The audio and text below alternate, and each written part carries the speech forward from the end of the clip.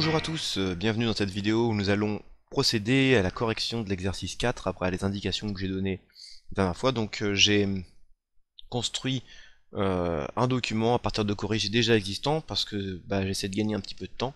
Du coup je vais le corriger, il va être bien entendu en ligne sur Pronote, téléchargeable. Ici je vais vous en faire une lecture commentée, voilà. Donc on commence par la question 1, il s'agit juste de déterminer la forme algébrique de Z1. Pour ce faire, on va déjà remplacer K par 1. On sait déjà que N égale 6, ce qui explique pourquoi il y a des 6 ici. On remplace K par 1, ce qui donne 1 plus 1 sixième, ça fait 7 sixièmes. 2 pi sur 6, ça fait pi sur 3. Donc là on a une forme algébrique.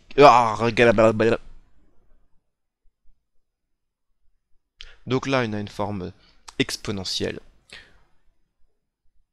qu'on va transformer en forme algébrique. On passe par la forme trigonométrique pour obtenir ça. 1,5 c'est le cosinus pi sur 3 et racine de 3 sur 2 c'est le sinus pi sur 3. On obtient en distribuant le 7 sixième, 7 douzième plus i, 7 racine de 3 sur 12. Question numéro 2.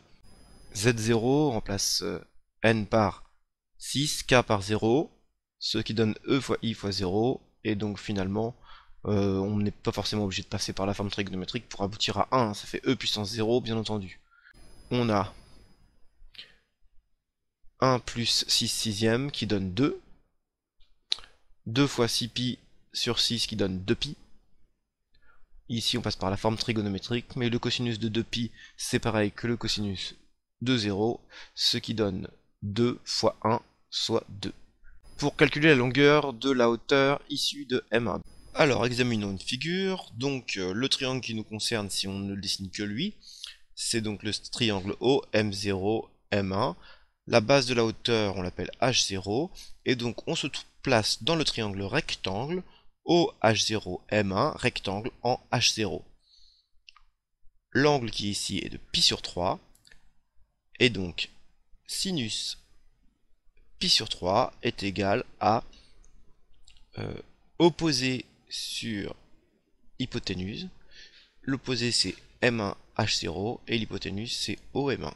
H0M1 sur OM1. On remplace OM1 par sa mesure qui est de 7 sixièmes. Alors on la connaît puisque c'est le module de Z1. On en déduit. Le sinus de pi sur 3 est égal à racine de 3 sur 2, on multiplie par 7 sixièmes de chaque côté et on obtient cette valeur-là. Ensuite, base fois hauteur divisé par 2, 7 racine de 3 sur 24.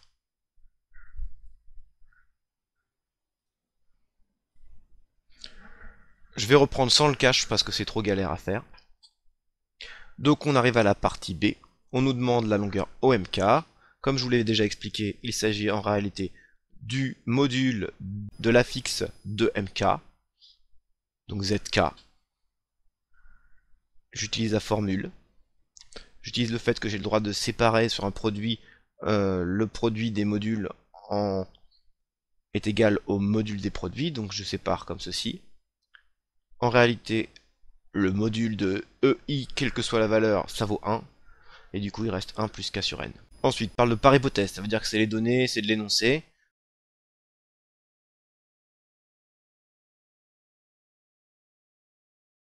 On sait que ZK vaut cette formule-là.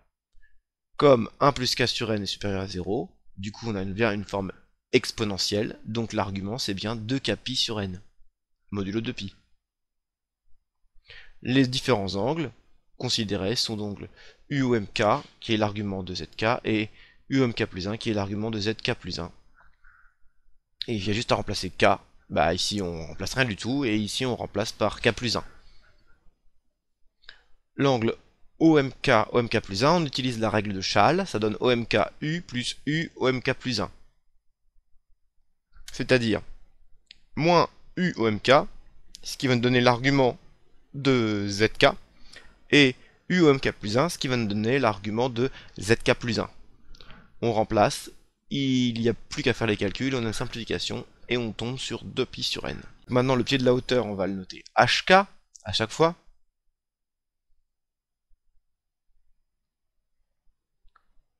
Regardons la formule. Donc on a n'importe lequel des triangles. On a donc un angle de 2π sur n à chaque fois. C'est-à-dire que c'est le même angle à chaque fois tout au long de la spirale qui est répété. Et bah on a de nouveau un triangle rectangle en HK. Si n égale 2, le triangle OM0, M1 est plat. Et donc sa hauteur vaut 0 bien évidemment. Maintenant avec n supérieur ou égal à 3, donc je suis même pas certain qu'il y ait besoin de faire un cas particulier pour ça, ça doit fonctionner quand même. Le sinus de 2π sur n c'est sinus de OMK plus 1, donc c'est sinus de l'angle HKOMK plus 1. On utilise la formule du sinus, c'est-à-dire côté opposé sur hypoténuse. L'hypoténuse vaut 1 plus K plus 1 sur n. Et MK plus 1 HK, c'est ce qu'on veut exprimer en fonction du sinus 2π sur n. Il y a juste à multiplier de chaque côté. On a bien ce qui était demandé. Par contre, je sais pas pourquoi il y a un modulo de pi ici. Je vais le dégager. L'algorithme. Alors, le premier algorithme, il suffisait de le faire à la main.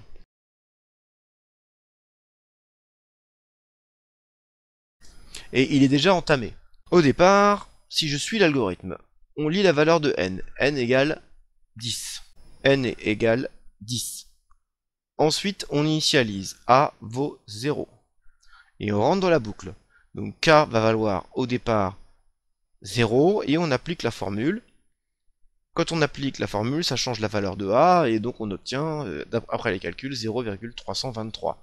Donc on remplace dans la formule qui est écrite 1,5 sinus 2π sur 10 plus 1 plus 0 sur n plus 1 sur n. On continue comme ça. Donc comme K doit varier de 0 à 9. Donc on continue. Quand on arrive à K égale 8, on reprend la valeur, à ce moment-là, la valeur de A est de 4,726. On calcule la valeur qu'on ajoute, et on ajoute ce qu'il y a, c'est-à-dire pour obtenir 5,731, ça donne 9 ici, et ainsi de suite, jusqu'à obtenir 6,848.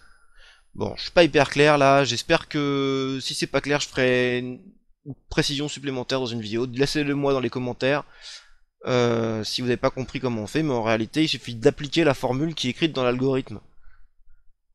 Deuxième algorithme, plus complexe.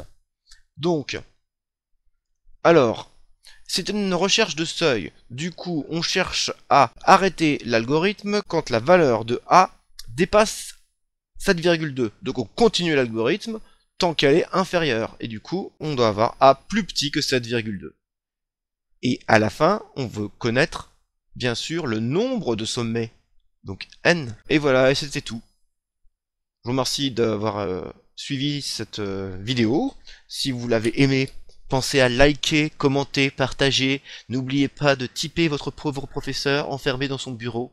J'espère que vous avez tous suivi avec attention et je vous retrouve rapidement pour vous donner de nouveau du travail. Youpi! Je pense pouvoir vous faire un live, mais ce sera pas sur Discord, j'en ai parlé à Nicolas. En réalité, on va pas pouvoir utiliser Discord, en tout cas moi en ce qui me concerne, mais j'ai un équivalent qui est éducation nationale, donc je vais vous tenir au courant le plus vite possible. En attendant, restez connectés sur votre messagerie ONT, visiblement ça marche un petit peu mieux, je vais essayer de vous contacter par ce biais. Allez, à bientôt.